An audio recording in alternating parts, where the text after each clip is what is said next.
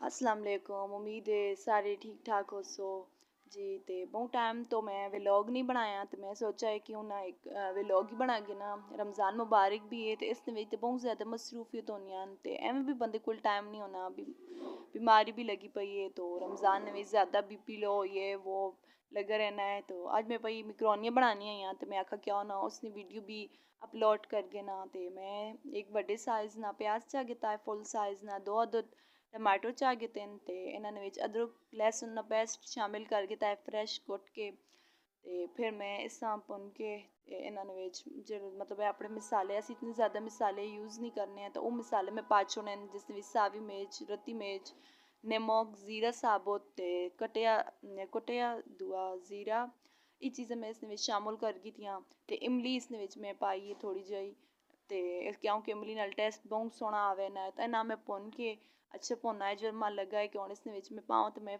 फ्रिजा चो मटर मैं फ्रीज़ करनी होनी मैं वो मटर पाए हूँ इसने थोड़ा जहा भुन के फ्रिजा चो निकली गाजर मैं इसने फ्रीज़ की जिहड़ियां वो गाजर मैं थोड़ी जिहियां इसने पाई दूई साइड ते मैं लम्मियां लम्मियां फ्रैश गाजर भी कट छोड़ियां, नाल ही मैं शिमला मिर्च भी एक कट छोड़ी है क्योंकि शिमला मिर्च ना ज़्यादा जायका नहीं पसंद आना, तो मैं एक ही दी तुसी अपने उस हिसाब से कहना कि नहीं ज़्यादा बंदे ज़्यादा पसंद होनी है। ਤੇ ਇਹਨਾਂ ਮੈਂ ਭੁੰਨ ਕੇ ਤੇ ਫਿਰ ਇਸ ਵਿੱਚ ਇਹ ਜਿਹੜੀਆਂ ਮੈਂ ਫਰੈਸ਼ ਗਾਜਰਾਂ ਕੱਟੀਆਂ ਆਈਆਂ ਉਹ ਪਾ ਛੋੜੀਆਂ ਥੋੜ੍ਹਾ ਜਿਹਾ, ਕਿਉਂਕਿ ਪਤਲੀਆਂ ਪਤਲੀਆਂ ਆਈਆਂ, ਤਾਂ ਇਹਨਾਂ ਮੈਂ ਥੋੜ੍ਹੀ ਜਿਹੀ ਦੇਰ ਬਾਅਦ ਇਸ ਵਿੱਚ ऐड कर छोड़ा है।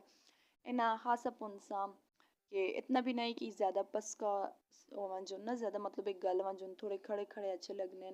तो मैं राती सहरी वास्ते कीमा बनाए हैं तो वह भी मेरा बच के आया थोड़ा जिहा, तो मैं आखा क्यों ना वो भी मिकरोनियन में ऐड कर छोड़ा। तो इस फिर मैं भुन के थोड़ा जिहा कीमा जबकि भुजिया ही आया, बट मैं भुन के तो फिर इस सब्जी ने थोड़ा जिहा पानी ऐड कर छोड़ा पा छोड़ा, मैं आखा थोड़ा जिहा गलवा जो कि फिर ज़्यादा इतनी गालने भी नहीं। बट दूसरी साइड तो मैं मिकरोनिया वास्ते पानी रख छोड़ा है, उस मैं नमक पाया आधा चम्मच, तो नाल मैं उस एक चम्मच ऑयल पा छोड़ा है। अगर ऑयल पा छोड़ो घी जी चीज़ हो तो उस नाल मिकरोनिया आपस जुड़निया नहीं, तो मैं 2 कप मिकरोनिया की दियाँ होन, तो क्योंकि रमज़ान में इतनी ज़्यादा खाती भी नहीं वैनी चीज़ ज़्यादा बचवे नहीं, जितनी कम बंदा बनाना है उस फिर भी बचवे नहीं है, तो वो मैं बॉयल करने वास्ते रख छुड़ियां। तो दूई साइड तो मैं एक चम्मच ज़ीरा चा किता है, तो मैं आखा मैं क्यों ना अज नाल होटल स्टाइल ने चटनी बना छोड़ा। होटल चो आना तो अज मिलनी होनी है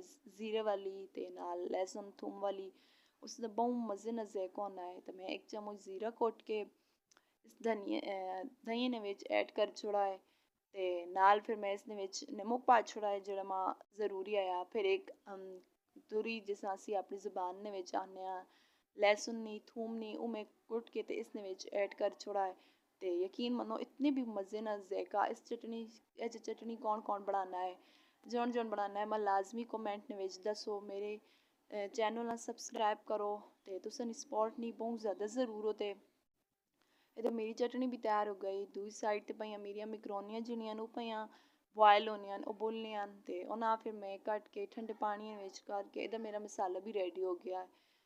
तो उधर फिर मैं मिकरोनियां ठंडे पानी चों कट छोड़ा है, ठंडा पानी मार छोड़ा है कि थोड़ी जिहियां ठंडियां होवन जोन, तो फिर उस मैं इस मसाले ने विच ऐड करसां, तो फिर उन्हें मैं थोड़ा जिहा दमे नोते लासा। मैं हूँ इस ऐड कर छोड़ सुन 2 कप मिकरोनियां जबकि बॉयल होने तो बाद बहुत ज़्यादा वध गई क्योंकि अमेज़ा भी ज़्यादा है मसाला भी, तो फिर ज़्यादा वधवे नहीं ये चीज़, तो बहुत ज़्यादा मज़े नहीं बनिया हुई माशाअल्लाह, बहुत ज़्यादा मज़े नहीं बन गई हैं।